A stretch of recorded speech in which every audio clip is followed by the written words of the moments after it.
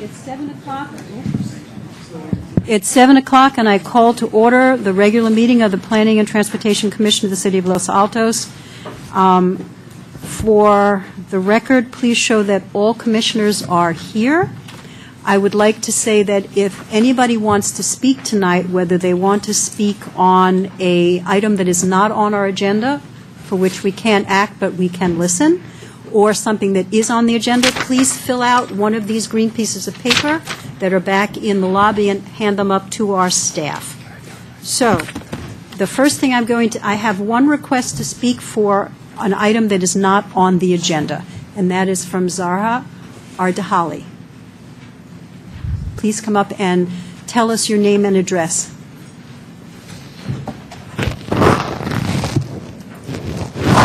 Thanks, Bill. I would like to pass, if that's okay. A few pages. And while she's doing that, I'll remind people to please turn their cell phones or anything that makes noise off at this time. No, I'll keep all of them.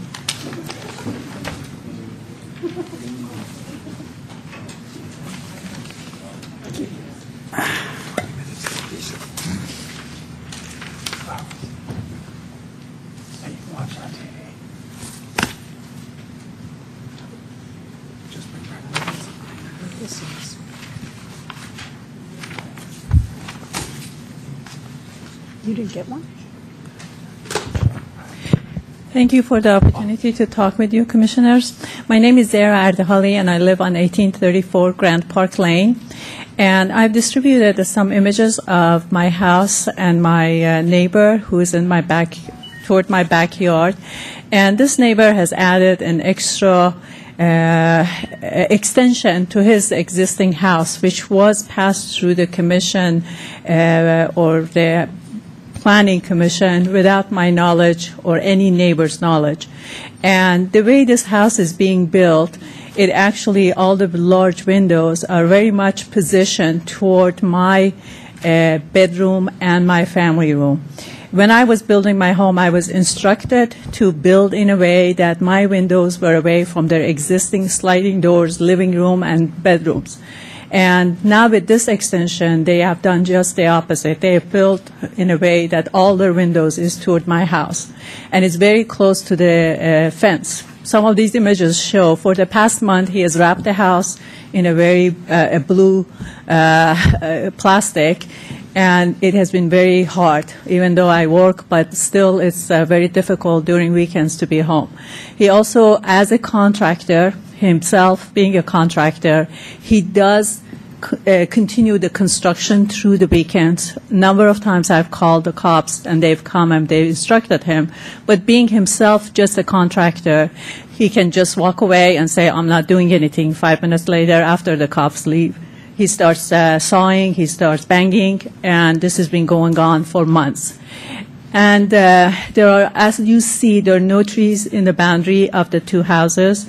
When I built my home, I put some, but now with this extension, it is impossible for me to plant anymore to keep my privacy. This is really intruding my privacy. He is constantly on the weekend on the roof, and I cannot even go to my bedroom, in the kitchen. Everywhere I go, he's there. And this guy, being a contractor, he's working nonstop. So I am requesting, and I know you said you cannot do anything, but I have no idea how else I can take my complaint in this city. I've talked to the city council. And myself being an environmental commissioner in the city of Los Altos, I see this as an issue, the way constructions are being permitted by just going through staff without consideration of the neighbors and how it is affecting the price of my home or other type neighbors, and if this continues, and the privacy of residents. So as a resident of Los Altos, I'm very upset that the city is allowing the staff to approve construction in such a way. Number one. Second, I have no influence on how this is affecting my privacy. I have requested that through the staff, I've spoken with David Cornfield, and I have not been heard, that we really need to have some constructive feedback to this gentleman that There has to be some planting on his side. There are very small trees, as you see on the border. And those images, I have to tell you, I was standing in my bedroom and I've taken it. So you can imagine how difficult it is living in there, in that house, where before I built my home the way I built it toward the section, because we are in both on the cul-de-sac. It was away from each other. Now he's expanded it, and his house is going to be incredibly large because his lot is over 13,000 square feet. And with the amount that he's adding, this is a massive construction. If you look at Google Map with the addition, and the images of the Google Map is before any part of his construction went up. So right now is massive, and that Google Map has not been updated. But it is really affecting my life and the price of my home, and I really would like to see how you guys can influence or the commission or planning commission to somehow make an adjustment in this, because he has no trees on his border side. All the trees, even on the other side, is on the other neighbors. Okay, so what I hear you say is that you believe that you and your neighbors were not informed about this? Yes. And that there is no landscape privacy planting that was included in part of the plan? I am not aware of it. Okay, and as I said before, we can't take any action. I can tell you that the City of Los Altos allows construction 6 days a week. They don't allow it on Sunday, but they allow it on Saturday. And the reason I know that is because I tried to get it changed 4 years ago and was unsuccessful. But it's still on my I'm agenda. aware of that. It's until 3 o'clock on Saturdays, but he goes until like sometimes. Well, and people do abuse the system, and I'm sorry to hear that. I am glad that you did go to City Council, because I believe that is the appropriate venue for you to voice your complaints, because they are the people who will instruct staff. And the more they get feedback, the more likely you are to get good results. But I'm very sorry that this is impacting you the way you are. But they have told me they cannot do anything. I apologize, but everybody tells me they cannot do anything about this. And I've talked with David Cornfield, and he says, I understand that, but I'm glad at least you spoke in 2 public venues, because although we can't act, we can hear, and we will look into it, and hopefully we will be able to keep it from happening in the future. But thank you very much for coming to speak tonight. Is there any way for me to have anything adjusted in my situation? Because this really is affecting me. The only thing I can say is we can't do anything as commissioners. Do something in this Well, I can tell you that if this is working under an approved permit, and the permit has been approved legally, there's nothing that you can do that I'm aware of. But thank you very much for coming tonight. Are you looking at those images? I mean, would you be willing to live in that kind of environment? I hear you. This is from my bedroom. I hear you, Zara, but you know what? We can't, at this moment, we can't take any action. I told you what I do know, and I thank you very much for coming tonight, but we do need to go on to the rest of our meeting. So, the next item on our agenda is the consent calendar, which is the Planning and Transportation minutes of October 4th. Commissioners, do you have any corrections or changes that you wish to make to these minutes? If not, may I have a motion for approval, please? Motion to approve. Second. All in favor? Aye. Minutes pass unanimously. Our next item will be item number 2, Palo Alto Medical Foundation at 715 Altos Oaks Drive. This is where I have to recuse myself because I'm my residence is within 500 feet of the subject property. Thank you very much. Commissioner Moisen is now removing himself from the situation. And I would just like to say that I did meet with the applicant. And I was going to do it when we got to discussion. I also had an ex parte discussion with the applicant before this meeting. But now I would like to get a staff report from Sean. Thank you, Madam Chair, and good evening, Commissioners.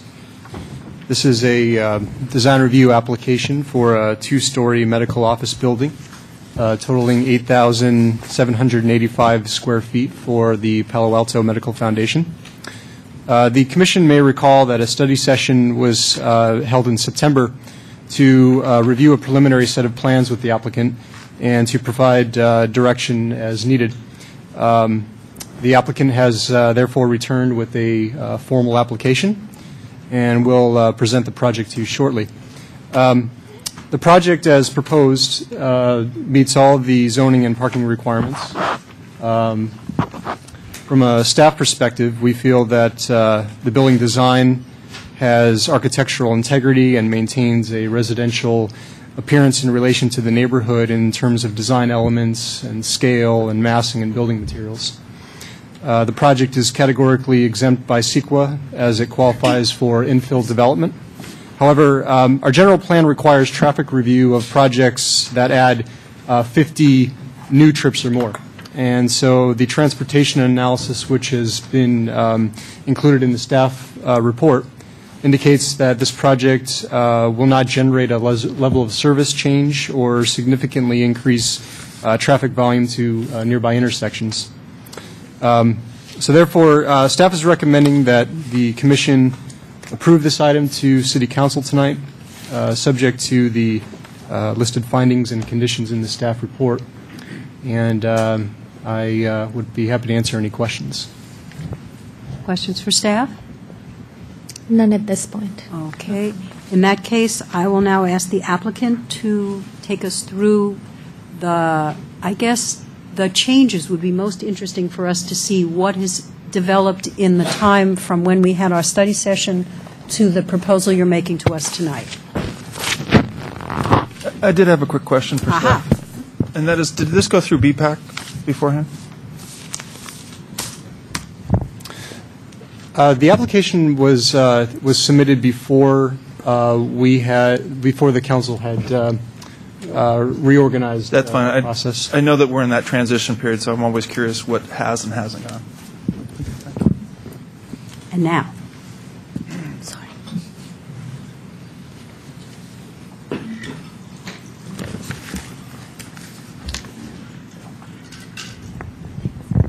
Good evening. I'm Curtis Snyder. Hawley Peterson and Snyder Architects. Can you hear me? Is this working? Good. I'm joined tonight by Andrew McLagan, who is operating the machine over here. He'll be running the cursor around as we talk. First, thank you all for your input at the study session, and we did meet with Commissioners Bresek and Genet. We appreciate your comments as well. And thank you to the neighbors for their comments. We have listened carefully, and we have incorporated changes where we could.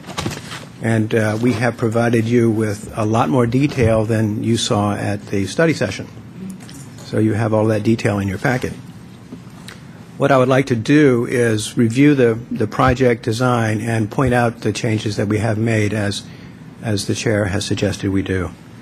And then Joni Janecki, our landscape architect, will do the same. She'll talk about the landscape design and talk about the changes that we've made there as well. We also have Nikki Nagaya, traffic engineer with Fair and Piers, in attendance tonight. So let's start with the site plan. This, of course, is the, you can see it on your screens, this is the site as it exists now with the existing medical office building towards the back of the site at the corner of Altos Oaks and Fremont.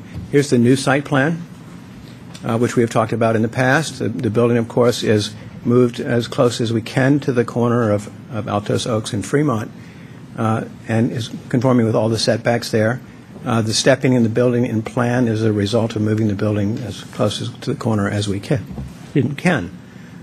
You will notice that Andrew will point out there is an addition to the building on the first floor. We'll talk about that in a minute. We basically added about 470 square feet because of program changes and code changes that have come up in the interim. Next slide, please. So here's the site plan in much more detail than you saw it before. Of course, the building is shaded. The vehicular access is, Andrew will point that out, off of Altos Oaks. The parking is basically to the north side of the building. And again, the building is stepped to respond to the setbacks along the front. The major pedestrian entry is off of Altos Oaks Drive, as Andrew was pointing out there, from the sidewalk. And from the other side of the building, from the parking side, it's into the lobby area there. The patients will then be discharged through a door further to the west. and I'll show you more about the flow in the building in a few minutes. Just to point out and to reiterate what the staff report said, the building is currently designed and is well under the height limit. It's under the FAR, the required FAR. It's under the allowed coverage on the site. It meets all the setbacks on Altos Oaks and Fremont and is set much further away from the north property line than the setbacks would actually require. I'd like to talk to you a little bit about the changes that we have made. We're going to have highlighted them in the next drawing so you can see clearly what has happened since we talked last. First, we have some downlights, 3 downlights at each of the 2 entries. They're in the soffit above the parking. They're very simple, round 6-inch downlights. There is also a wall sconce at each of the entry doors. I'm basically showing you these lighting details because last time you asked us how the building and site would be lit at night. And I should say to begin with that there will be no general illumination on the building. The illumination we're showing is what there is. There is also a small light fixture next to the gate at the refuse enclosure. There will be a fixture on the outside and a fixture on the inside, which will be operated off of a motion sensor. Finally, in terms of lighting, we're showing the parking lot light standards. As you know, during this whole process, we have moved those light fixtures to the center of the site, and the heads are facing basically away from the north property line. And one change that we are making that does not show up in your package because it has just occurred, the Palo Alto Medical Foundation has now agreed to lower those light fixtures from 10 feet to 8 feet. So we'll show you that in more detail in a bit. This plan now shows the addition of some 400 square feet under, this is the first floor addition under the overhang, does not come out to the face of the second floor overhang. There's a smaller addition of about 65 feet in the lower right-hand corner to accommodate a staff shower. In addition, we have incorporated a curb cut at the bicycle racks, as we discussed last time. Next, Andrew. So this is the first floor plan. I'll just walk you through it quickly. A patient, again, would come in from Altos Oaks or from parking into the lobby and then would go into the reception area. These are patients that are coming for their surgical procedures. The upstairs is a different kind of use. So the patient would come in, be received, and then would be roomed into the surgical suite and would go into one of the pre- or post-op rooms, which are in the area that has basically been added to the building. There's a lot that's changed in this plan to make it more efficient for the procedures that happen there. That's one of them. And then, as I said earlier, the operating rooms are to the south there. Patients would then, after their procedures, they would be taken back to the post-op rooms, and then as they recover, they move out into there's a recovery in what we call a sit-up area to the left, and then would be discharged to their families or whoever's coming to pick them up or to go home on their own. Go back to Andrew. There are many details and dimensions here. I don't think I need to go into them now, but we've pretty clearly delineated the way that plan works. Next slide, please. This is the second floor. Now, this floor is the typical clinic scenario, which we have doctor's offices and exam rooms and procedure rooms. So a patient would come into the lobby on the first floor, would come up the stair or up the elevator, and then would proceed into the reception area, and then would be roomed to an exam room where the patient would be seen by a physician. Exam rooms are along the south elevation of the building, and there are exam rooms and a procedure room along the north side. The doctor's offices are in the upper left-hand corner. It's actually an open arrangement. There is glazing at the entry, which I'll show you in elevation and perspective. There's glazing at the stair tower on the east and on the west. There's some glazing at the staff area on the left there, and that glazing extends down into that sit-up area we talked about before. So you asked for a roof plan, so we have produced the roof plan here. We're showing the mechanical well in the middle of the building. And so you'll know what we have. There are 2 air handling units on the left. And the reason that there are 2 units there is that one unit serves the surgical floor and one unit serves the office floor. And we need 2 units because the requirements for the surgical floor are different. It's an OSHPAD 3 use.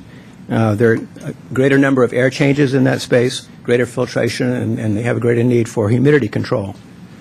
Those needs are not, we don't have those needs on the second floor, so therefore we have 2 units. There are to the right boilers that serve the building as well. It turns out that it's the boilers and the flue for the boiler that will drive the parapet height, and we'll show you that in section in a bit. The roof slopes are shown in the plan, and we'll show you those as well in section, and they are approximately 4 and 12, which is a pretty typical residential slope. So the elevations then, the top elevation is the south elevation that faces onto Altos Oaks. Again, we're giving you a lot of information in terms of the heights at the various roof levels. You'll note that along the base of the building, we have a stacked stone base, or wainscot, if you will, that runs along the entire face of the building. You'll see there on the left the entry area from Altos Oaks, and there is a covering over that door. You'll see also the glazing at the stairs, east and west, in both of these elevations.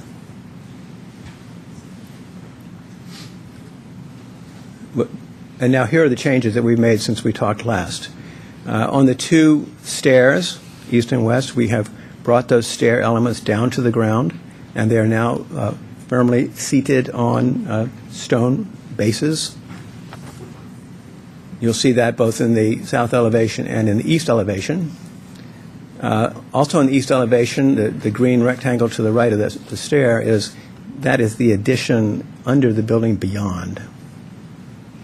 And finally, again on the south elevation, we have changed the dimensions of the monument sign, which is facing onto Altos Oaks. And the next slide I'll show you that has more detail on that. It's in front of the building. The design of that wall is that it's very similar to the stone walls at the base of the building, the same stacked stone. It is a maximum of 3 feet high and 8 feet long. And we have a photograph of a similar monument sign for another Palo Alto Medical Foundation facility. Next slide. The south elevation.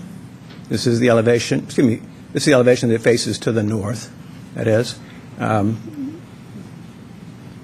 So again, you see many dimensions that are giving you the heights of the roof stepping and so forth. Again, the stone base is shown as a wainscot behind the building, and there's stone that's wrapping around the 2 ends to the entry doors. The west elevation is similar to the east. The stair is glazed. There is that glazing that I was talking about that lets light into the staff room and the waiting area below. A horizontal siding throughout. Now the changes that we have made here are shown again in these green rectangles. First of all, on the second floor facing north, all of the windows in those rooms, the exam rooms, procedure rooms, and a few of the staff areas are the same. They are in the same configuration we showed you before, but now we are using obscure glazing on all those windows. So there will be no views from those windows to the north.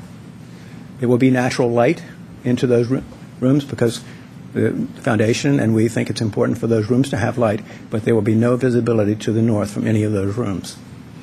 The rectangle below shows the addition that we've been talking about on the first floor.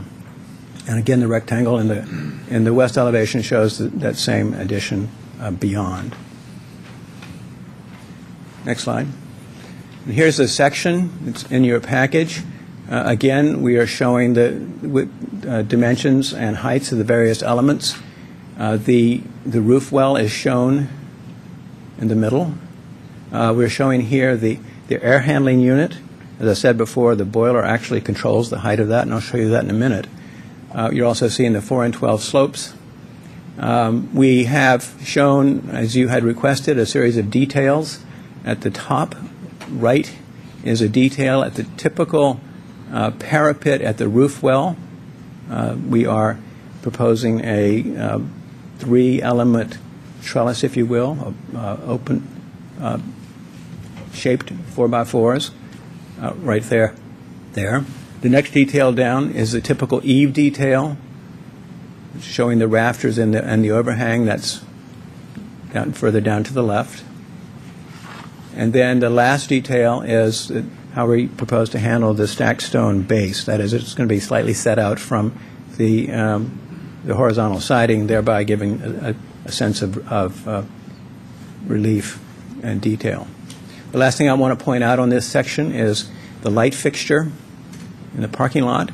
We're showing here the 10-foot fixture, which we have just decided we will reduce to 8 feet. There are angles dashed there that show illumination, and I'll show you more detail about that in a moment. As you can see, those angles from the 10-foot fixture, if you follow those angles out, they hit on the solid wood fence to the north. Next this is the change that we've just made. We've reduced the height of that fixture to 8 feet versus 10. The overall effect of that is we still have the same number of fixtures. There is a bit less uniformity in lighting in the parking lot because the lower fixtures cast a brighter light on the ground surface. But clearly the cutoff and the angles to the north and to any direction are reduced. The light levels, the average light levels in the parking lot are much the same. It's just that the light fixtures are lower. Next, and this is the detail of the lighting fixtures. The fixture itself in the parking lot we changed. It is now a design that is more in keeping, we believe, with the design of the building. Bear in mind that now this fixture is 8 feet, not 10 feet, but the detail to the right of the picture shows the luminosity, or the amount of light that's coming out of the fixture. The back of the fixture, that is to the left, is towards the north property line, and you can see that by far the greatest bulk of light is coming out below 60 degrees. As it turns out, there's a complete cutoff at 90 degrees, so there's no light shining up. And in the angle from 80 to 90, there is an extremely small amount of light that's coming out of that fixture, 1.4% of the entire output, which is quite small. It's also worth pointing out that the plan on the right shows where most of the light will be cast. It's in front of the fixture, not behind the fixture. Next, we have, you had asked to see perspectives. Oh, excuse me, before I leave this, I would like to point out that the wall sconce next to the entry doors is the fixture shown there in the middle. The fixture to the left, the small fixture, is the one that will be on to the side of the door of the trash enclosure. Right above that are the downlights that are in the soffit, and we have given you a picture of the drawing of the bollards, which have been in the drawings all along. Those bollards are at the front door. Next, this is a street elevation showing the building with the medical office building neighbor to the east. You can see the relative size. But really, the important thing is to look at this building in 3 dimensions, so that's what the next series of pictures do. We have a perspective from, the first one is from the Fremont Altos Oaks intersection, basically. The next one after that is from the northeast corner of the site, showing that extension, the addition underneath the building. And finally, the perspective from Altos Oaks, essentially the entry perspective. So the first one is from Fremont, the corner of Fremont and Altos Oaks. This is a perspective you asked for before.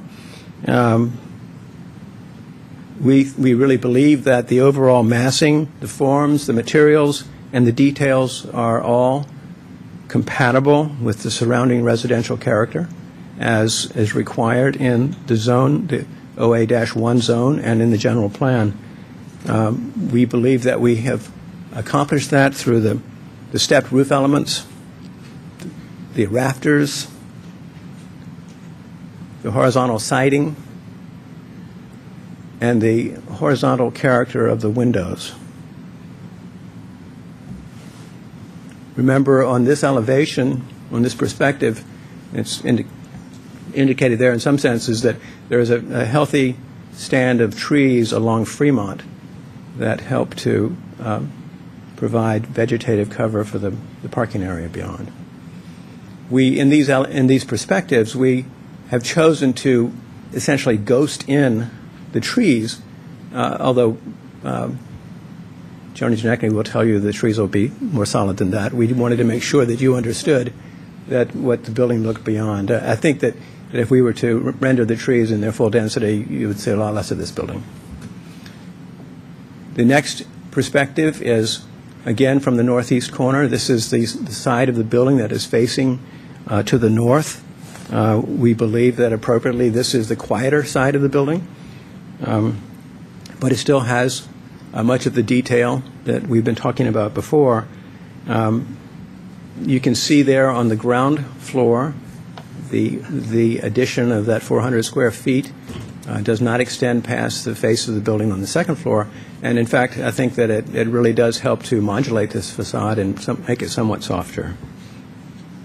The final perspective is, again, from Altos Oaks.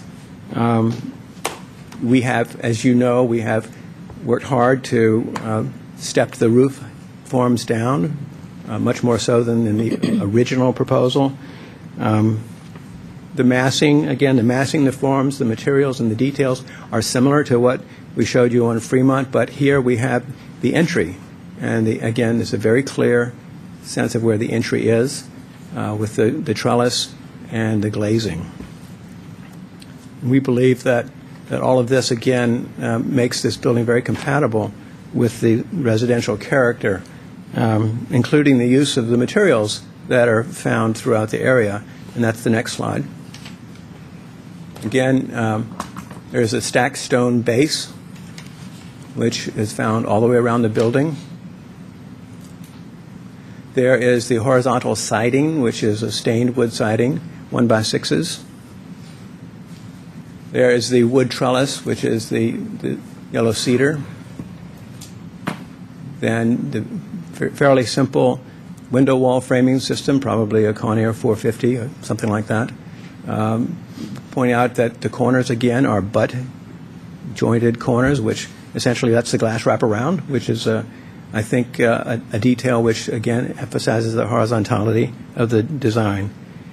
And finally, the roof is an asphalt shingled roof. So with that, I think that's a pretty detailed description of the design and how we have made changes to respond to comments that have been made. I'd like to ask Joni Janechny to come up and describe the landscape plan and what changes we've made there as well. We can ask questions at the end. Yeah. Okay. Well, did you want to ask a question to the architect Yes. before Joni gets up? Yes. Why don't we take that? I noticed that on the front part of the, if you can go back to the 3D rendering, I noticed that right in the 3 sections that are on the left side, the stone doesn't wrap around. And Right. Is there a reason for that? Yes, I'm sorry I didn't mention that. The design idea there is that those stone walls in the front of the building are meant to represent stone walls in the landscape. So we want to have the sense that these were just walls that are stepping back. And if you'll notice that they also step up in height. So that, again, is complementary to the monument sign. So the monument sign, frankly, is one of those walls, and then the walls step into the building as well. And other commissioners with questions? John? On the rear elevation, you have a vertical timber. It looks like you have 3 or 4 of those. Are those structural? They are holding up, essentially, I have to say they're probably not exactly structural, but they are holding up that overhang to a certain extent. But it could be done without them. It could be. Okay. And It could be. and likewise, the vertical element on the front elevation that has the I assume that's lattice work, or That is lattice work. Right, and that shows pretty clearly in the floor plans and the roof plan. And is that structural? That one is. I'm not getting away with it. I can't get rid of that one. No visible means. You That don't, holds up that you don't have a long arm that you No, hold it up? no. Okay. All We right. do many things, but not that. Okay. Thank you. Are there other questions for the architect at this time? Okay, then, Joni, why don't you come up and talk about landscaping? I'll sit here. Okay. Okay. Good evening, Commissioners. I'm Joni Janecki, the landscape architect. And Curtis, thank you for introducing me. Excuse me, I'm going to drop my stuff. Thank you. I'm glad to be back here again and able to walk you through the landscape and the changes that we've made. Just briefly to remind you where we were as far as the project design approach last time we presented was really to fit into the neighborhood context and to build on the mixed kind of evergreen woodland edge that's right along Fremont and wrap that around the back and then come around to the front to the Altus Oak side with a combination of lower scaled native and perennial plantings that also provide pedestrian level color and interest. And then, Andrew, if you could show the seasonal swale that's out in front. Thank you. And also be able to kind of project an idea of sustainability and responsibility and meet state requirements for stormwater management by capturing the roof and site runoff around the site, bringing it through to a seasonal swale that would be cobbled and planted with sedges and grasses. Within that area is probably the zone, along with a couple of more shade-tolerant or shade areas where we would have plants that are perhaps more water-loving, but really matching the microclimate that they're planted within. So all in all, the overall planting palette is really a responsible approach to being water conserving and working to plant plants that are adapted to the site. So Palo Alto Medical Foundation can minimize any kind of use of pesticides or herbicides. With that, I'd like to talk briefly about the north edge, which is really the area that's been talked about quite a bit at the last presentation and review. And that was that we wanted to make sure that we had enough height and screening between the neighbors and the building itself. And not only is the building set as far away from that north edge as we can go and be within the setbacks, but we have since added a whole hedgerow of wax myrtle, and then in between that, additional trees, which are the water gum, which Andrew's pointing out. Thank you. And we still have the Arbutus Marino, which are wrapping around the parking area there, the 88 parking spaces, and then the water gum continue down the way there. Between the first two water gum that are on the left side or the west side are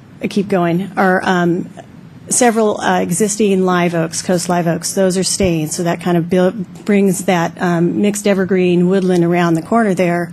Then we get to the water gum, and since we've submitted the package to you, we've added more of the water gum, and so we can go to the next slide. So you can see we've really infilled that area. So we have a high shrub grow screen. We have the fence with the trellis on top, and then now we have the addition of a fairly heavy screen, or a hedgerow even, of trees to replace the existing trees. With that, I'm just looking at my notes real quickly. We can, one of the other modifications to the site plan from your package is that we made some corrections to the survey. There were a couple of trees that were mislabeled and not shown, and so those have been added and corrected. So we picked those up. That was something that we got in our comments. Pretty minor. Oftentimes the surveyor will misname a tree. They might think it's a holly when it's really an oak, or vice versa. So we can go to the next slide. You'd seen this slide before. There really aren't any changes. Again, it's really talking about the materials and kind of the textures and the color and the ability of integrating plants that not only are interesting for us but provide habitat for wildlife such as birds, butterflies, hummingbirds, maybe even dragonflies. You can see the harder scape materials that draw from the stone that's wrapping around the building include the cobble and the colored concrete paving that's part of the entry and the driveway entrance. Next slide. This is an elevational study that we've completed since we met before that really goes in and shows you what the planting will look like from installation time at the bottom. To the left side are the redwoods. Then you can see the oaks and the new plantings as they go along the fence line to the north edge of the parking lot and to the neighbors. Then after 5 years, the trees are starting to fill in. You can see the hedge is really filled in. It's basically close to the top of the fence. And on to the 10-year, and you're starting to get more billowing and filling in of the trees. And since you can see in this illustration, there's where the people are, there's a gap. And that's where we've added the additional trees. And so we can go to the next slide. And at this point, we're putting in a larger box tree than we were proposing in the package before as well. And so not only are they new trees, but they're slightly larger at installation so that we can get above that fence right off the bat. Let me see if there's, I think that's 1 minute, please. I think that pretty much covers all of our key points related to the landscape. So if you have, do you have any more slides? No, take questions. Okay, so we're open for questions. Thank you. Commissioner, question None for as the yet. landscape architect, Mike. On the, I don't know how to say it, in the corner in the back, there's an olive tree that you're removing, and I noticed that it does provide a lot of screening. Is there a specific reason why that's being removed? Is that the olive right in the center there? No, the one next to 24 in that far right-hand corner, because on the other side? Over here? Yeah, there's an olive tree that's currently there. It's going to be removed, but Yeah. it does provide a lot of screening. You know, I understand that. The one thing that's happened over the years is that there's been a lot of line pruning. And in the arborist report, they've found that, you know, a lot of those trees are heavily damaged. And so it's probably for the long run a better idea to get a new tree in there and fill it. And then I have a It doesn't overgrow the wire right. line. And then on the front, there's an evergreen that you are leaving that happens to be right underneath the power lines. And, you know, I have a concern that if you top that, which is starting to be done, it's just going to grow, and maybe it should be removed. I don't know who makes that. Yeah, is that one of the redwoods over to the? Not the redwoods, right where that hand is. It's an evergreen, and it happens to be the power lines come right through that area. It's the tallest tree of the bunch. Well, you know, that one is on city property, so we'd have to. Yeah, well, that's, maybe staff wants to look at that. Thank you. If we're redoing that area, again, it's reaching the point where it's starting to get top, which means the branches are going to get farther and farther away. Right. Thank you. Other questions for Joni? Well, quick question for the architect. Yeah, okay. Yes, sir. The vertical rock elements that you actually had on the east and west side, is that covering a structural element for the building? The vertical wall, the stacked stone wall, right Yes. there. Yes. That's a design element. That's another one of the walls. That's tying into the low walls that we have everywhere. So Okay, it's like- it is a design element, not necessarily a structural element. Is it It's a part of the, if you will, vocabulary of the walls that are on the site. okay? Is it covering any structural pieces there? Isn't it the side of the You know, cell tower? no, probably not. Although that's a pretty broad overhang there, so I think we could probably not is the answer to your question. Okay. we'll probably make it work with that. But we do think it's an important design element. Okay, anybody else? Okay, then I have many requests to speak, so I'm going to ask staff to please activate the timer. You'll have 3 minutes to speak. I have an apology for Bill Crook, who I missed. He's put in 2 cards, so after we discuss this thing, we'll do another non-agenda item for you. I apologize, I missed that. In the meanwhile, what I'm going to ask is that I will call you up to speak, and then I'll tell you who the next speaker is, and if they could go to the reserve to next speaker seat so we can be very efficient. The first speaker will be Chris Hawks, followed by Gary Hedden.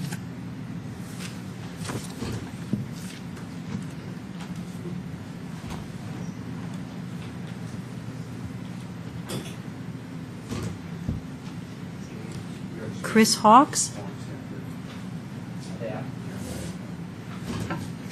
I don't know where Chris Hawks is. I'll put him at the bottom of the pile, and if he comes back, so be it. The next speaker will be Gary Hedden.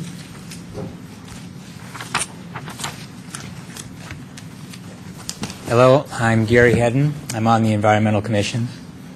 And first I wanted to thank you for 2 weeks ago bringing in David Cornfield from the city staff to tell us about the green building regulations. I appreciate hearing about that. And I also appreciate the interest that the Planning Commission took in some of the comments that were made at that presentation, and also by Zach Dahl on the Climate Action Plan. And so I appreciate your enthusiasm, and it's something that obviously we're working on. And in fact, just to put a plug in, our consultant will be presenting the first go-around on the Climate Action Plan at the Environmental Commission meeting December 10th. So of course you're invited. As far as this building goes, I'm just curious, how many, on the Green Point checklist, how many points did it garner? And how is that correlated in any way to a LEED certification or a LEED standard? So that would be a question I'd like to have an answer to, if that's possible. Is that your only comment? Yes. All right, so thank you for that. I will ask staff, has the Build It Green form been filed with this application yet? The green regulations are submitted at the time for building permits. The expectation with this application would be that they have to be compliant with our green building ordinance.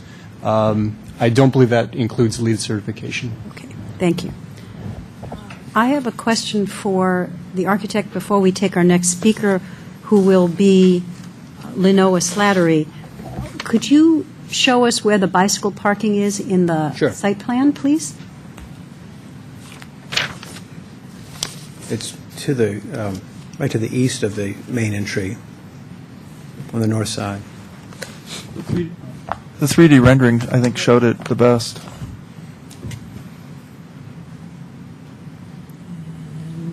Coming up. Okay. Right there. Right. Go back. There it is. There it is. Bill, where are you? Okay, thank you.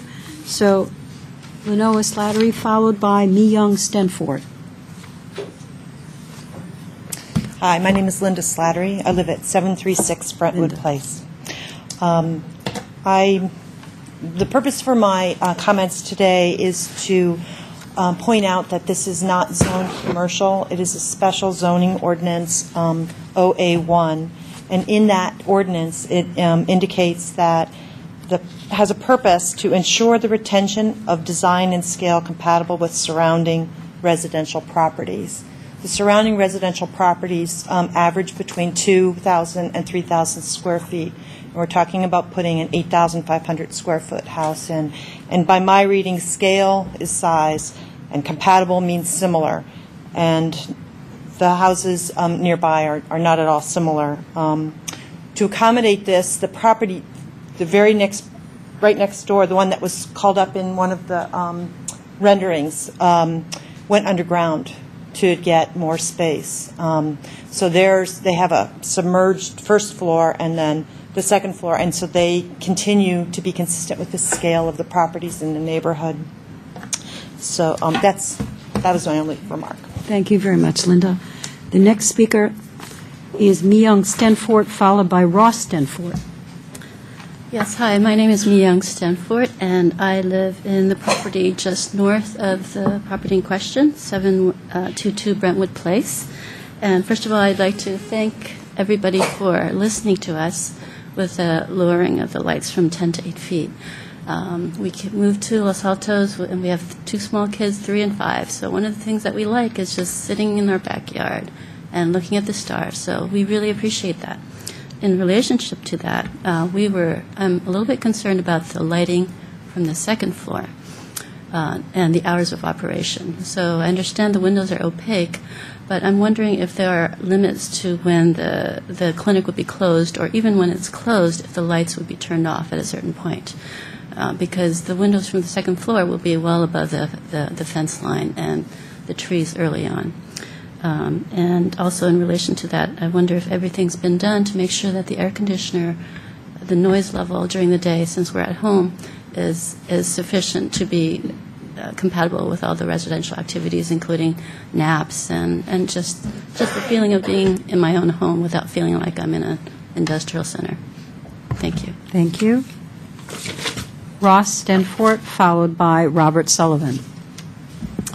Hi, my name is Ross Stenfort, and as my wife explained, our property is the one directly behind this. I want to start off by thanking David Jury for calling me on Tuesday and all the significant changes he made to significantly change the privacy from the last time we had this conversation. Those changes include making the windows opaque at the top. It includes adding trees. It includes lowering the lights, and I think that makes a significant difference. As far as my other questions, I think my wife covered that, so I won't repeat myself. That was the hours of operation and the air conditioning machine noise. And lights on the 2nd floor. And lights on the 2nd floor. Well, hours of operation relative It's to all lights on the tied 2nd together. floor. Exactly. Thank you. Thank you. Robert Sullivan? Pass. James Kiyosakis? Forgive me for butchering your name. Good evening. I'm James Kiyosakis, and I'm about 500 feet or so from this location. Basically, I see Jerry every morning with his dog. So my concern, actually, before I came here, I actually stopped by Fremont and just sat there for 30 seconds. I was counting cars, and to my surprise, it was around. It's like 52 cars. At what time of day? It's around 6:05, right in where Fremont, Springer, Foothill Expressway, and I couldn't believe. So my concern is mostly focused on the traffic. From what I read here, it'll be 324 or net 124 per day. I think that's a will increase in traffic pattern. Especially, I'm a runner and I have 2 young boys that we normally ride a bike to Mackenzie Park, which is right there. So I'm curious. The question also for Palo Alto Medical is, where are they going to park? Where all the staffs, the doctors, is going to park, and what the traffic pattern is going to be like. I think that's a good considerations. Thank you. Thank you very much. Suzanne, I apologize. Suzanne Abiel is next, followed by Bill Crook.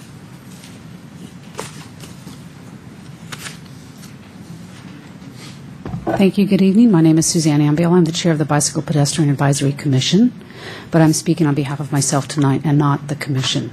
I took a review of this plan, and I have 2 comments. One is I did take a note of the bicycle parking that is indicated in that plan there. That is typically called Class 1 bicycle parking. That's for daily use. I didn't see anywhere in the plan accommodation for Class 2 bicycle parking, which is parking typically designated for employees of the facility. It's typically takes in the form of a bike locker or enclosed structure, and I don't see that included in the plan anywhere.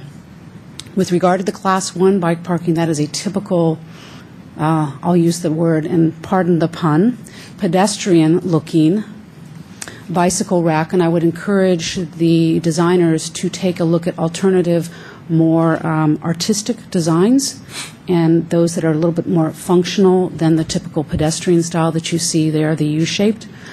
And then finally, I would ask that you take another look at the traffic flow and the traffic patterns, especially on Fremont Avenue there. That road is one of a bicyclist's favorite routes to take. If you do not want to travel on Foothill Expressway because of the speed of the traffic, which can exceed 50 miles per hour for cars, many cyclists prefer to use Fremont. It's a much slower pace of traffic. There's less cars. They're passing you at slower speeds. And with an increase of 300 trips on this road, I'm curious as what the impact would be on bicycle travel in that section, and I would ask that the staff and the commission take a second look at that. Thank you for your time tonight. Thank you, Suzanne. One question for staff. As I understand it, pending our approval, it actually still goes to BPAC. James? As Sean mentioned, this project was submitted prior to our reorganization. So when this project first went through the review process, it was presented to the full former Traffic Commission versus the independent BPAC. Now that we have the BPAC formed as a commission, this agenda was set, and we did try to get it on the BPAC agenda, but the intervening meeting between this submittal and the PTC meeting, the BPAC meeting, I don't think it occurred, so we weren't able to get on that agenda. So no, after this meeting, if this project moves forward, it will go to the City Council. So can we entertain motions where it will pend further BPAC review? We could certainly do that. Okay. The speaker we're waiting now for is Bill Crook, followed by Teresa Morris. No, I was going to get you public comments after this, unless it relates to this project. I didn't have a comment with regard to this project. I'm sorry. Okay, then, because I have two, I see I have one for the number 3 for the other meeting, and then you have a public comment, so I'll get to you, Bill. Teresa Morris, followed by Bernice Kretschmer. Good evening. My name is Teresa Morris. I'm here as a resident that lives down the road from the project, but who goes through this area quite frequently.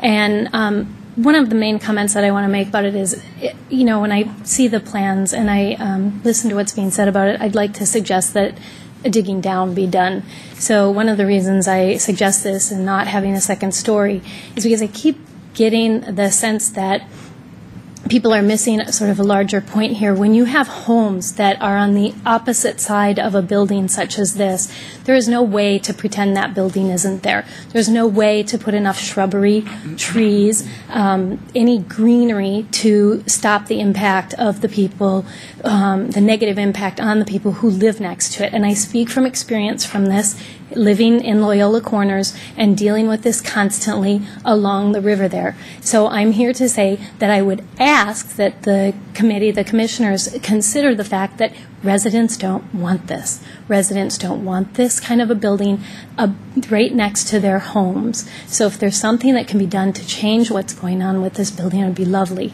I also have concerns about traffic. Traffic is very tricky as it is when you're riding your bike there. There are a lot of children in the neighborhood, so it would be nice if that was considered. This is going to bring in quite a bit of traffic. I understand maybe the traffic impact report that was done is a little out of date, and that may need to be redone. The last thing is parking. It seems like there's always a lack of parking with these new buildings that are being put up. So the large buildings are being put up, and there's a minimum amount of parking that's being allowed for these buildings for their employees and for the people that come and use it. And I'd like to suggest that I believe that that may be missing in this building's plan as well. Thank you. Bernice Kretschmer, and then if Chris Hawks has come back, he would speak last.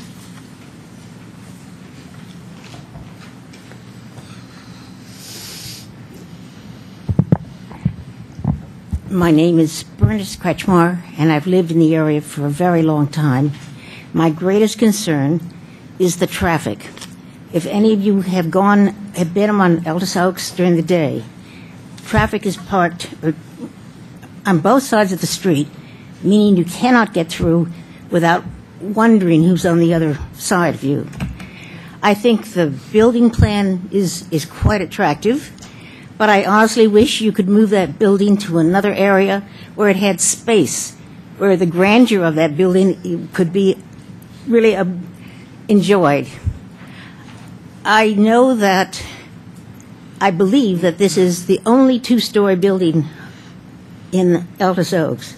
When we moved here in 1964, all those all those offices were very compact, very somewhat similar. Everybody knew one another.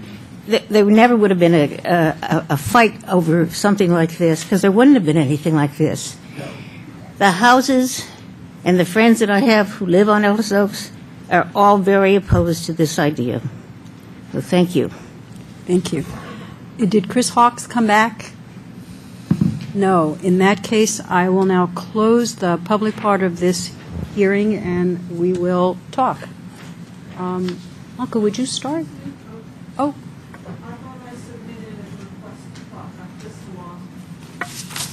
Hold on a minute.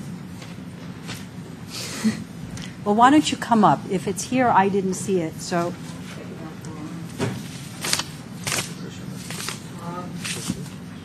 Chris Hawks? It's Halovka. Oh, Okay, that's I asked you twice. That's a unique pronunciation of it. Okay, I'm Chris Halovka. I live on Oak Avenue, so I live maybe a mile or so away from this, so I'm not a close neighbor. I am a member of the BPAC, but I am speaking as a resident. A couple things. One is, it looks like the parking is very convenient if it's right near the entrance where people will see into the curb cut. But I was a little disappointed because on this it looks like it's under an overhang, but I guess it's not. So when it comes to employee parking, I think it depends on the person as to what they consider sufficient. When I used to work at Nass Ames before I retired, I biked regularly to Nass Ames, and a lot of other scientists did too. And we parked under a building overhang, and it looks like this one isn't quite under it. But for employee parking, one may be alternative, at least that, in my opinion, would be sufficient, would be to have parking under an overhang. But I will say also that I have seen a couple bikes in people's offices. It just depends. Some people want more protection. The other thing I wanted to mention, and I'm kind of a novice at considering parking issues, but if people are concerned about the amount of parking and think that there are not enough slots, I noticed that the dental office across the street wasn't using all its parking. I'm not sure because the entrance to the parking is very close to the corner on Fremont there, and the view is not very good. It maybe doesn't qualify for public parking, but I thought there could, if necessary, be a deal where the people at this building, the employees there, could maybe, with a rental agreement or something, be able to park at that parking lot across the street, because when I looked at it, it was only half full. So that's just a thought. Thank you, Chris, and I apologize for butchering your name so badly. We need better handwriting. With that said, I will now close the public hearing. I have a couple of questions for staff that came up during the public discussion. We have had a presentation from the applicant who did talk about the hours of operation. Could you refresh everybody's memory for that? And secondly, would you give us a little information about the air conditioning machine noise requirements? Sure. I'll start with the mechanical equipment first here. Prior to the submittal of the application, we received an acoustical analysis from the on behalf of the applicant, noting what the typical standards are for our noise code. In this case, it's 65 decibels.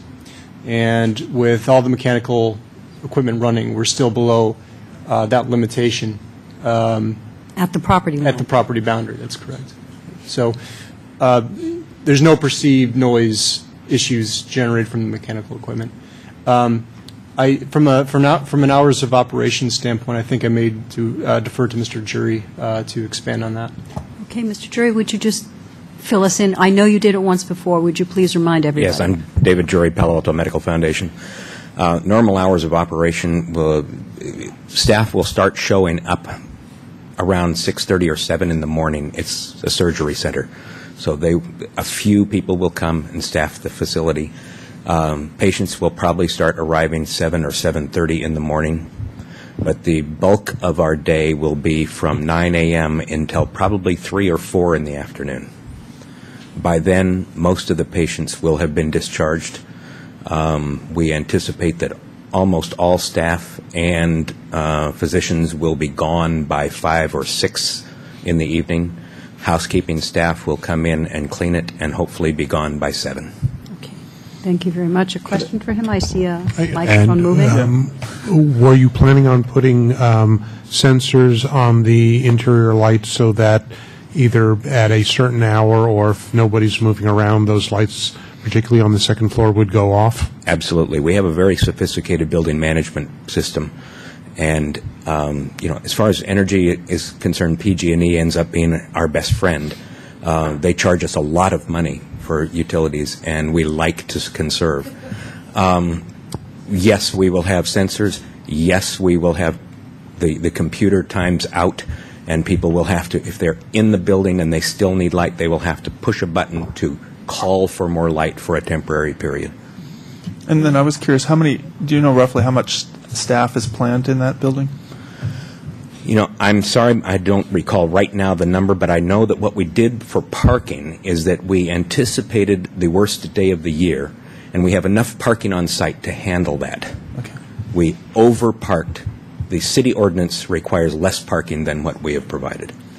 How do you define worst day in terms of maximum piece? Busiest day. Busiest day of the year. 2 operating rooms Everything functioning, full.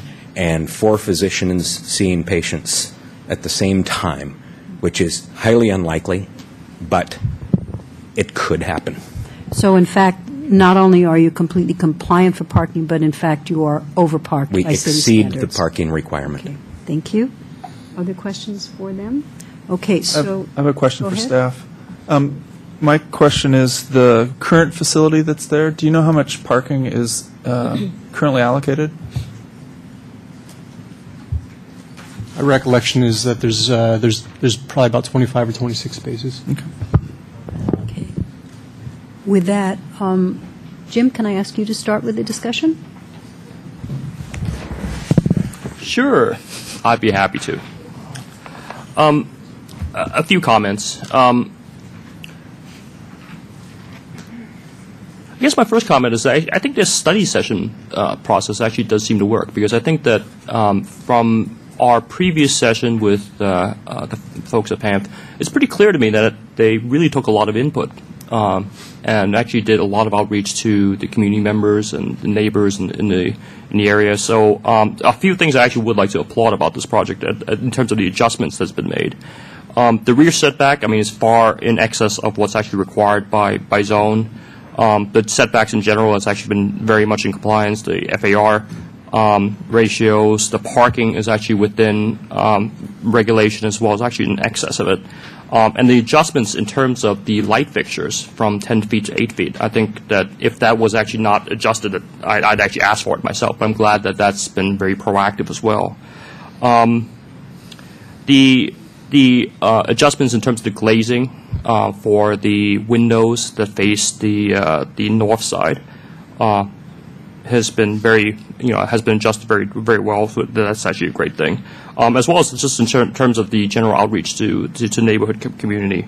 I actually would prefer it if I were to see this building as a kind of different different type of thing where you actually had a single story. But at the same time, I don't think that that's actually a requirement for this. I think in general, this building is actually quite attractive. And I think it's actually attractive from Foothill Expressway, which is where most people would actually see it. So I don't think that's actually an issue.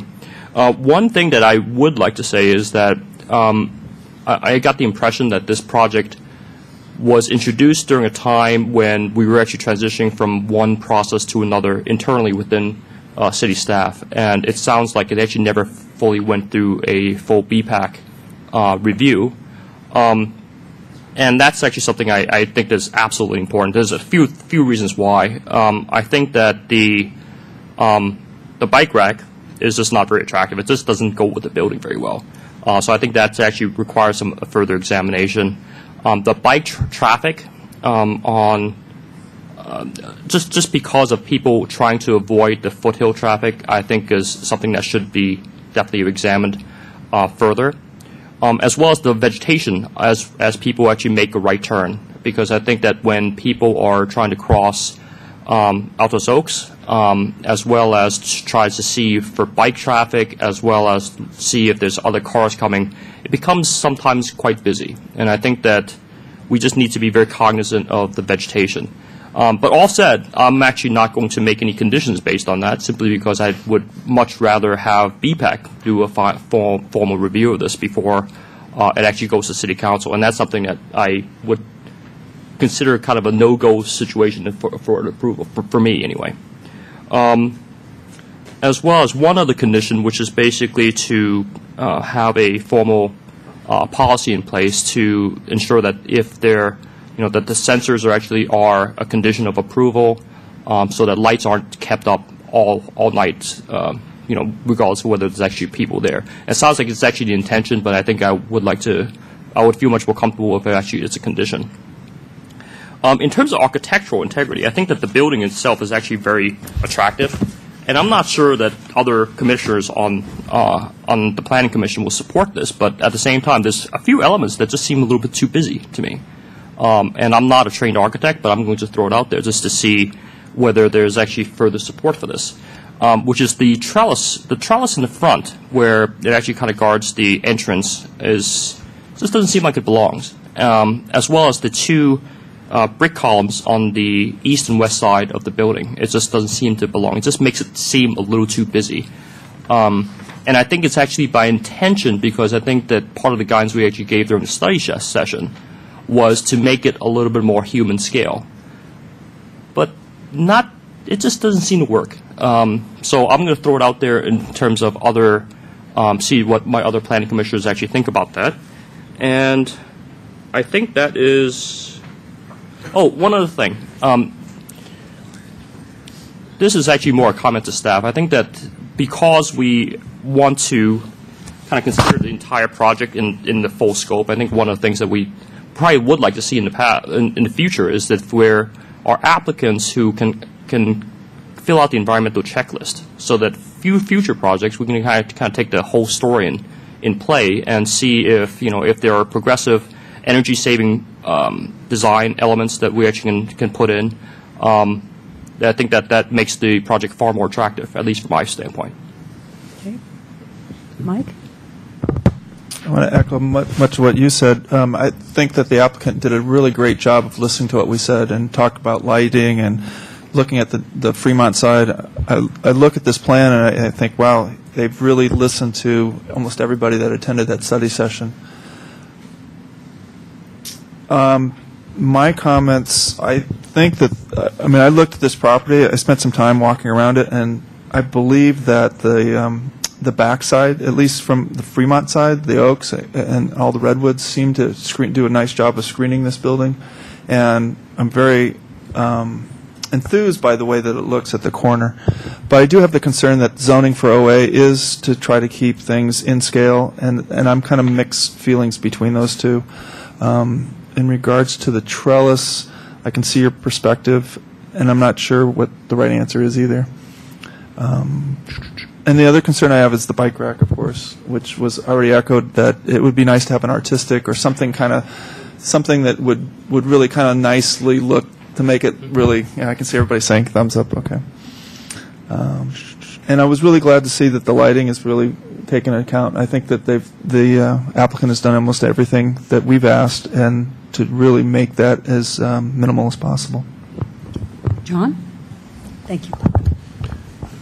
So it's nice to see that the study sessions work, applicants listen, and we get projects back that are pretty close, and I'm happy about that. I do understand and appreciate the neighbors' concern about the scale of this development. I'm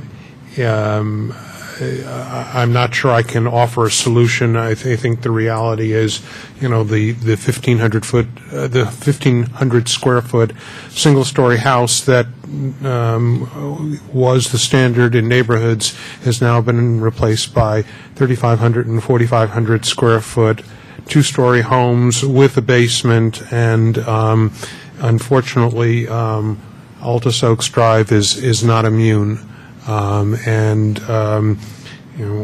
We don't have single-story overlay in the neighborhood, and if we did, I might be persuaded that given that this abuts it, the scale might need to be adjusted to reflect so. But unfortunately, we're not doing that in the residential, and what we see going on commercially just mirrors what's going on residentially. I do applaud the applicant for more parking than is our requirement. Anybody who goes on Altus Oaks Drive, as I do, and I'm sure many of the others in this room do, realize that the parking is inadequate. I would continue to encourage staff to think about having a different requirement for medical office than for regular office, or at least to go through and look at that analysis, because I think you have the pile-up phenomena. Doctors only see one patient at a time, but two people show up because one's leaving and one's coming. I want to apologize to BPAC. I think it's more than unfortunate that this did not go through BPAC, and while I may be able to rationalize it in this case, I'm going to have a tough time if this happens in the future, because I think we as a city need to say, no, we need to go through and make sure we get sufficient review by the people who are qualified to review it. Planning Commission doesn't come to City Council meetings to do design review, and I don't think BPAC should have to come to Planning Commission meetings to provide their comments. I would ideally on this project love to see solar.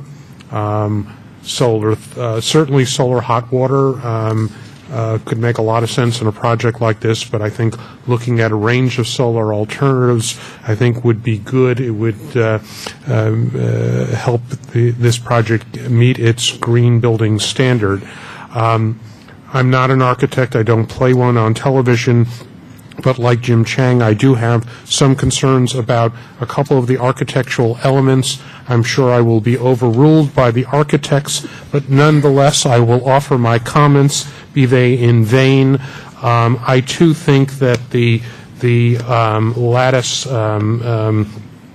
covering the front entrance looks out of place, and equally importantly, the vertical support seems out of place, and ditto on the rear elevation, the vertical element going from the roof down to the top plate of the first floor. Further, I do think the element of stone that comes out on either end is sort of a funny artifact, and I'm sure the architects here will tell me I'm wrong and there's good reason for it. If there is good reason, so be it, but it still looks funny to me. I do echo the concerns of my fellow commissioners that bicycle racks should not look like bicycle racks looked like when I was a child.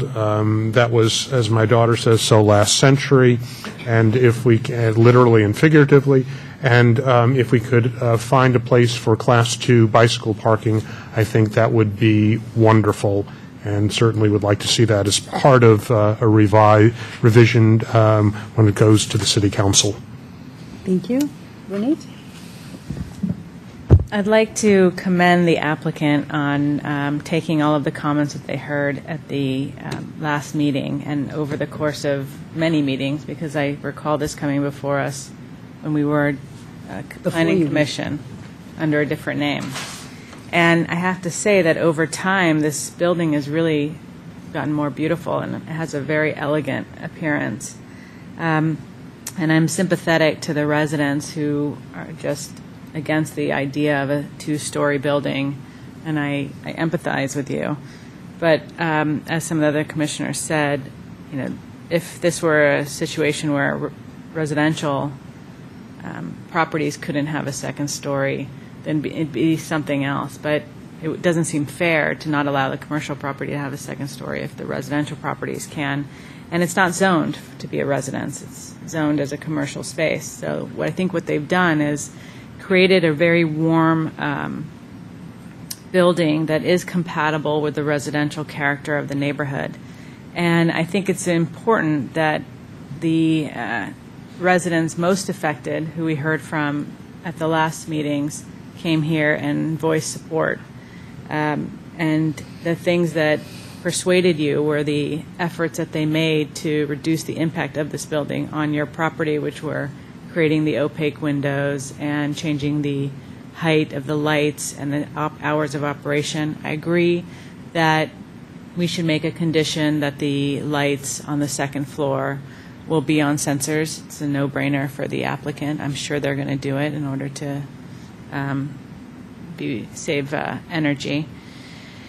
And I think that the landscape changes are also just a great improvement and will really create this buffer between the two properties, which I think the applicant, just by placement of the building as far away as possible from any properties, is already doing. In terms of the design and the elements, a couple of the items, I think I really like it. And of the items that have been raised, I would argue that the trellis should stay. It belongs there. In my mind, this serves a couple purposes. It's a south-facing building, so it protects, I believe, provides a lot of sun protection into that lobby area with all that glass that's there. I'm making an assumption. I also like how it reduces the scale by dividing that extremely tall vertical wall of windows, and by putting that trellis there, it prevents this sort of mass right as you pass it from sort of jumping out at you. And I recall in one of your very, very early designs, you didn't have that, and that was something that really helped reduce the intensity of that corner. So I like it. And in terms of the comments that we heard from BPAC, I agree these things should always go through them. It hasn't in this case. I wouldn't send it back because I think we've had the benefit of the comments that I believe there are 3 members of BPAC here today, and I think that we can 4 members. 5. Full complement tonight. So I think what we could do is, make an addition that there should be a more elegant storage of bike racks, and provide in some fashion for the cage or additional parking for people who are employees. And you have an abundance of parking, so it wouldn't be unreasonable for one of those parking spots to become a cage. You have the ability. Let's see.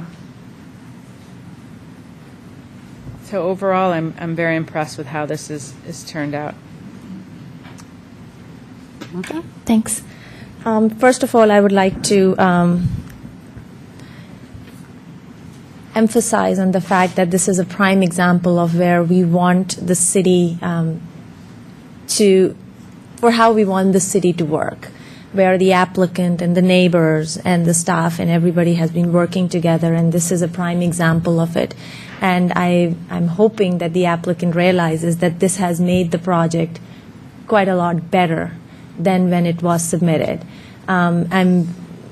We all, I think, up here are very excited that you were listening to what we were saying at the study sessions and listening to the neighbors and being very sensitive to them, because unfortunately it is a change for them, and always a change is difficult in any case. It could be a brand new residential project, 2-story with a basement, and it'll be a difficult thing to handle.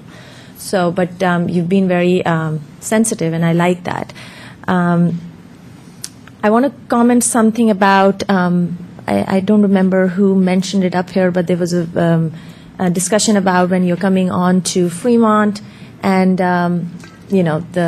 the vision triangle and how the traffic is.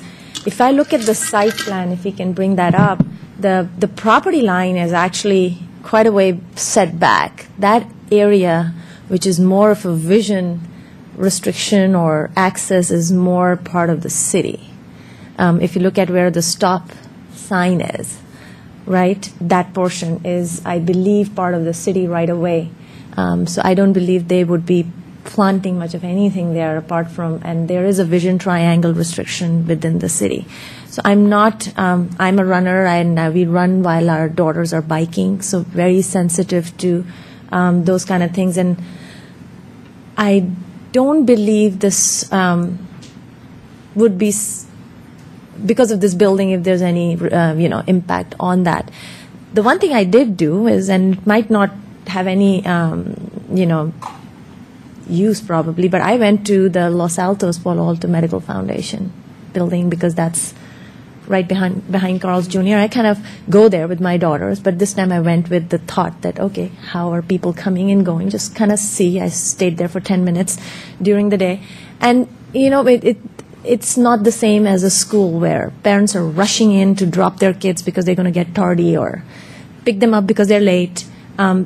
People, and this is not an emergency, clinic most of the time. So I don't have that same issue of people rushing through this, and it's in a corner. The one thing I would really like to compliment the designers on is they have been really true to the site and how the shape is. How they've set back on the site plan. It's being really true to what's there, and that has, in fact, if you go back to the view that we have, the 3D view, how they've stepped down the roof structure since first we saw it, compared to what we have now.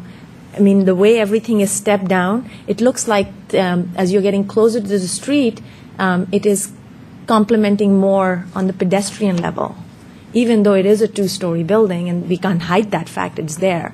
But the way the roofs step down, and as it gets closer to the corner, it's lower, and then it gets higher and higher. I think that's done very nicely. Where the trellis is concerned, right at the entryway, I understand why it's there because of the sun, and I think we need something there for to break that double height mass. I mean, I'm just wondering if there was anything studied with. I know that you're using the same color as the material under the roof, but was there any study done with having it match your window color? You have such a rich building that I think the difficulty I'm having is that this is more like a toothpick feel or chopsticks, versus the design is very Tahoe-like. So I think if we could have some warmth there, that probably would make, in my eyes, the biggest change in that overhang. I looked at that wall, and the first thing when I saw it, and honestly at that time when we met, I wasn't really focusing on that wall itself, but I was wondering why it didn't stop at the stair tower and just wrapped around, because I was looking through the back elevation, if you can pull that up, the view from the back, right there. It would have made sense to me if this wall was actually the stone was actually going through. Right now, it actually just stops, even though that the rest of the walls in the back are aligned at the same angle. So if they were going through and you had that look, I could understand it jutting out. But You're designing their building again. Yeah, sorry. So I just think that just that portion which is sticking out is just not complementing how it is looking from the front. I like the way they've addressed the neighbor's concern with the windows on the second story, the lights in the parking lot, and I overall really would like to support this project. I would not want to see it go back to BPAC. I think it's very unfortunate that we couldn't do it, and there's been a system change, and hopefully we are making that. We're working through that. I would like the bike racks to be a little bit more attractive and more keeping with the building than what it is right now. But overall, I would not want to send it back. We can come up with some conditions, but that's about it. Well, it's interesting. We've had pretty good consensus, I must say. I've been making notes all the time, but I think we can probably craft a good motion. I can echo many of the things. I think that the process, with the exception of the unfortunate reorganization of committees that locked BPAC out of the process early on, worked very well in terms of the neighborhood and the applicant and the designers. I echo what Malka said, which is this is a big building in a place where there was not a big building. And that is the reality of it. And as one of the speakers said, you can put all the shrubs you want and all the trees you want. You're going to know there's a bigger building there. I don't think that's a bad thing. I do think that there was a lot of care in the design. I understand the trellis and the other vertical element issues, and actually Commissioner Junaid and I had similar, totally independently came up with the same thing, which is I think that you're using this incredibly beautiful Alaskan cedar, which is making it less cohesive with the other materials. It's much lighter and in color in the rendering and actually in real life. And I think I wouldn't tell you to do it window color. I'm wondering it could be redwood. It could be something closer to the other materials in color so that you get the effect that we're looking at, which is the shade and cutting the vertical glass tower. But I think if it was more, and we don't usually get into color as much, but in fact, I think the contrast here is not serving you, though I have to say the quality of the drawings, which we commented perhaps less positively on at the study session, are much improved, and I commend staff and the applicant because I think we're able to understand better what's going on and therefore can say this particular element is disturbing, and if it's disturbing to all of the commissioners, it is because we can actually tell it. And I don't think that it is a deal breaker. I think that this is something that you can work out to minimize the color differential, however you choose to do it. I have no problem with the stone fin wall. If that's a design element and the designer likes it, so be it. Here are the items. Having said that, I can support this proposal. Here are the items that I have starred. First of all, that I need to have staff, whoever makes the motion needs to note that the light fixtures that we're approving are 8 feet, not 10 feet, because that's not in our drawings, that there are more water gum trees based on the landscape architect's plan. These need to be included in the motion regardless. That there be light, that the light controls for the second floor operation be made a condition of approval, that the bike rack be re-examined for two aspects, one for its integral beauty and the other for the Class 2 parking. Now, I have to say, speaking of the aesthetic of this, a cage, there's no way that you can say that a cage is going to be attractive. But I think if the condition were to say that there be parking, secure parking provided, and I noted from a speaker, under cover, so that if it's raining your bike isn't out in the rain, I think that would be a very useful thing to have examined. So there would be both Class 1 and Class 2 bike parking. And we know that security for bikes is tantamount, so that's an important aspect. Let me see what else I have. It was brought up by someone, and I will echo, I know that I did ask if there was some investigation of solar hot water because I know that the solar photovoltaics did not work in terms of the economics of this particular building, and I would suggest that before they go to City Council, even if they choose not to do it, that they should be able to make a statement that says, we have looked at it and either it does or does not work. But it would be lovely if it did work. I think that those are the items that were significant. The parking we know is more than sufficient, and the other comments I think were okay. So if someone could please attempt to craft a motion, and I understand that there is a commissioner who's interested in sending it back to BPAC, so let me ask Jim to do the motion first, and then if that doesn't fly, then we'll do another one. Unless you choose not to make that motion, it's your choice. Well, since I started with my comments, I'm going to pass on making the motion. Okay, then someone, John, will you make a motion? Happy to make a motion. Motion to approve 12D07715 Altos Oaks Avenue, subject to the findings and conditions in our staff report, with the addition and changes that the lights, the exterior parking lights will be 8 foot, the addition of water gum trees on the perimeter, light control on the second floor, to ensure that after closing hours, lights are not on unless there's somebody present. A change to the bike racks to address the aesthetics and meet either the letter or the spirit of the Class 2 for staff, with a minimum that the bike parking for Class 2 be undercover or somehow appropriate and aesthetically pleasing. I'm going to add a condition that solar hot water be included in this project, and we'll see if it flies. And a suggestion, not a requirement, but a alternative material choice for the front trellis, and again, just a suggestion that the stone wall flying out at us be re-examined by the architects. Can we get a second, or shall we have comments beforehand? I just have a concern about making it a requirement for hot solar. Would someone like to offer an amendment to the person who made the motion and see if we can get that? I would like that to be just like we are saying, that suggestion for the trellis and the wall, that this is a suggestion for the hot water. And the only reason is I don't know what, I know I had asked the question about solar panels, so I got the answer for that. But I don't know what investigation they have done for hot water, so I don't want to make it a condition. Okay, so I'm willing to accept that amendment and make it not a requirement, but a strong recommendation. Are there other amendments that would like to be offered?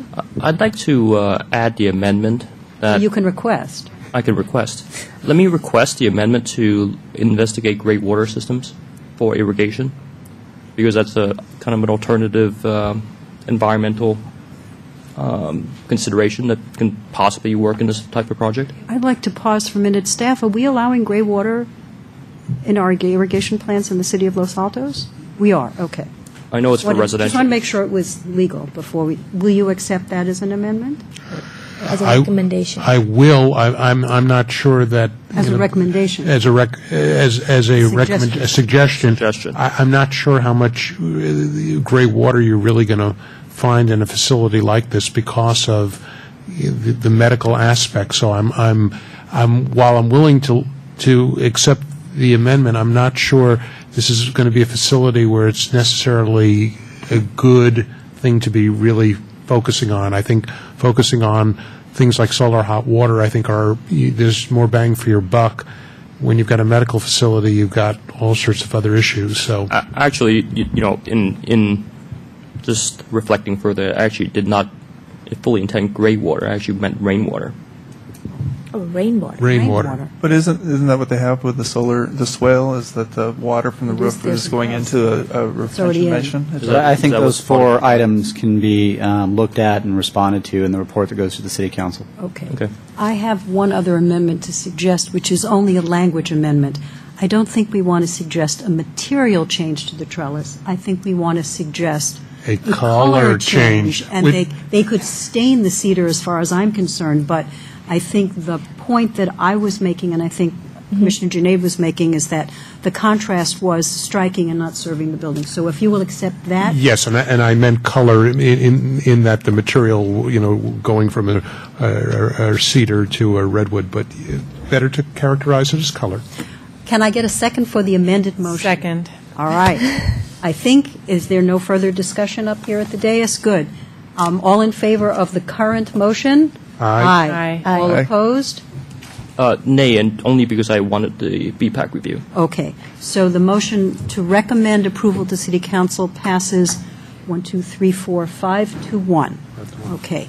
I am going to the next step. Thank you very much to the applicant. Thank you. I am going to adjourn this meeting temporarily as opposed to closing it because we have a special joint meeting with BPAC and us for a specific item with a presentation by Jim Gustafson.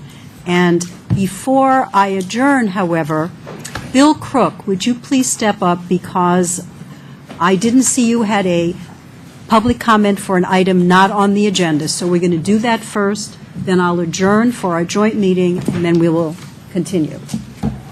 Thank you. I am Bill Crook. I reside at 1133 Golden Way, and I really want to address you tonight as the former chair of the now Sunset Traffic Commission.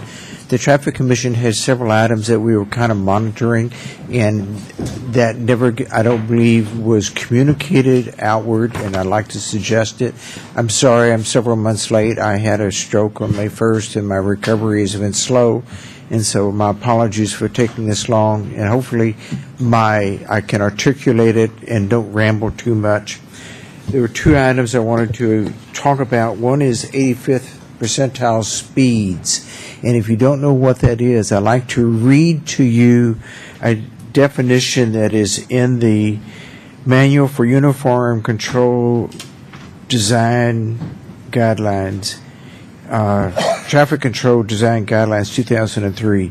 Speed limits are established at or near the 85th percentile speed, which is defined as that speed at or below which 85th percent of the traffic is moving.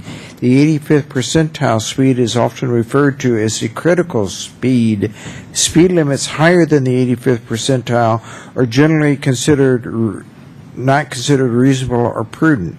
Speed limits below 85th percentile do not ordinarily facilitate an orderly management of traffic and require constant enforcement to maintain compliance. Speed limits established on the basis of the 85th percentile conform to the consensus of those who drive on the highways, is that the speed is reasonable and prudent and are not dependent upon the judgment of one or a few individuals. And you're going to chuckle at this. Majority of drivers comply with the basic speed law. Speed limits set at or near the 85th percentile provide law enforcement officers with a limit to cite drivers who will not conform with what the majority considers reasonable and prudent. Where this falls in, I think it was back in December of 2003, staff went to this council with a recommendation to increase the speed limit on El Monte Avenue to, I believe it was 30 miles an hour.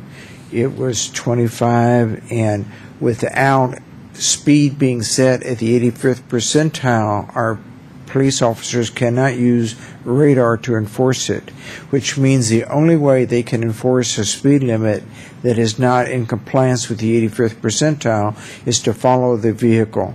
And a vehicle speeding on a residential street, that makes two people speeding.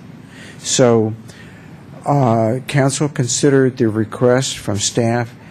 This room was packed with residents who felt very passionately that they preferred to have the speed limit on residential streets at 25 miles per hour.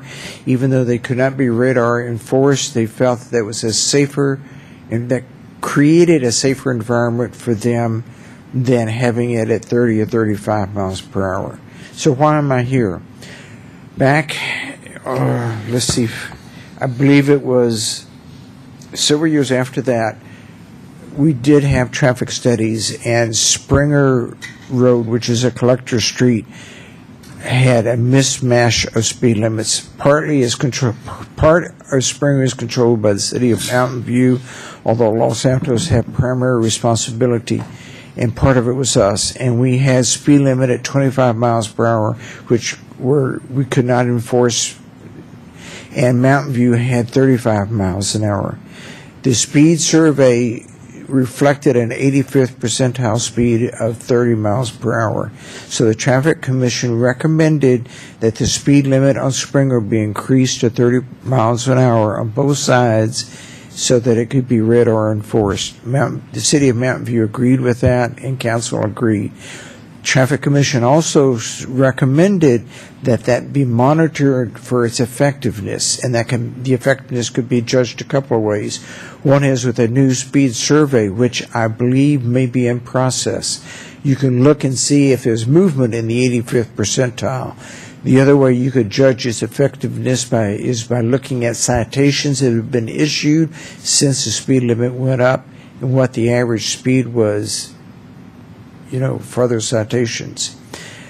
I think that's flopping around. I will also tell you that since council decided that they wanted the speed limits at 25, the city did a collector traffic calming master plan. And in here, all of the collector streets have a recommendation for traffic calming. The challenge with this is that Los Santos is a revenue challenged community, does not have a lot of bucks, and the expense on traffic calming on collectors is expensive. In addition, many residents do not like to see their streetscape changed with a roundabout or whatever. They like it just the way it is. So I'm sure this is going to come back, and I wanted to give the Planning Traffic Commission a heads up. The second item I wanted to say that we were monitoring, we had public input request that we evaluate placing raised crosswalks on collector roads, and in particular were the ones we put on Springer at Rosita and Rose for Los Santos residents walking or biking to Springer School. And they're raised so you can see the kids a little easier. It also does require traffic to slow down. These were not put in as a traffic calming device, but there are residents who objected to them. It required them to slow down too much on their way home. And they had asked the Traffic Commission to have a public hearing to look at the appropriateness of this. We have them on several collectors now, Almond Avenue and Grant Road, and I think I've heard negative feedback on the one on Grant as well, that it's not appropriate. The challenge on trying to do a public hearing is the people who want to see them go away are very well organized, and they will come out and fill an auditorium with their opinion. Is trying to get the parents whose kids feel safer walking to school and use them out to testify. And I'm not sure, and that's one of the reasons we never really moved forward on that. I guess you could hold it at Springer School, and hopefully the parents would be more inclined to come to the multi there and talk about and give you input. But those are two items that were flopping around that we never really did anything with. We never followed through on the speed limits on Springer and whether raising them was effective or not. I don't see I'm assuming that this reconnoitered Planning and Traffic Commission does not have a police officer liaison. I don't see an officer in here. We did, and they were the ones who were really pushing on us to try to do something because they're frustrated. Says they see cars go down incredibly fast. I don't know what the highest speed is on Springer. I know my son ran with someone at Mountain View who claimed that she did 85 on Los Santos Avenue. And so. All right, so that's- Bill, this is really good because this is the kind of thing that will fall between the cracks if we don't hear about it.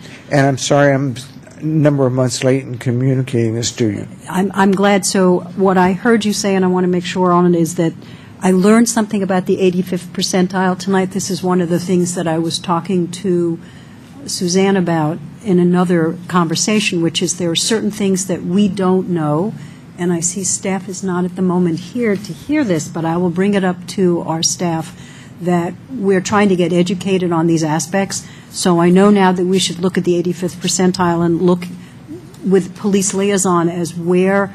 Council will ask you to probably make a comment on that. Well, we'll see. And then the other thing is, the other item of discussion is raised crosswalks on our collectors.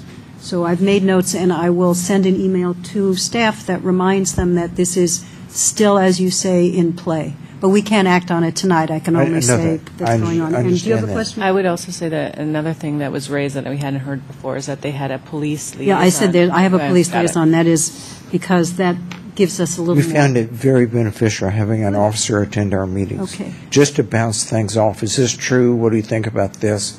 Because they know California Vehicle Code. Thank you very much, Yes, Bill. you're And welcome. as I say, I apologize. I missed you on the front end of the meeting. Now, You got me anyway. I'm glad to do that. So I adjourn the meeting of the Planning and Traffic Commission.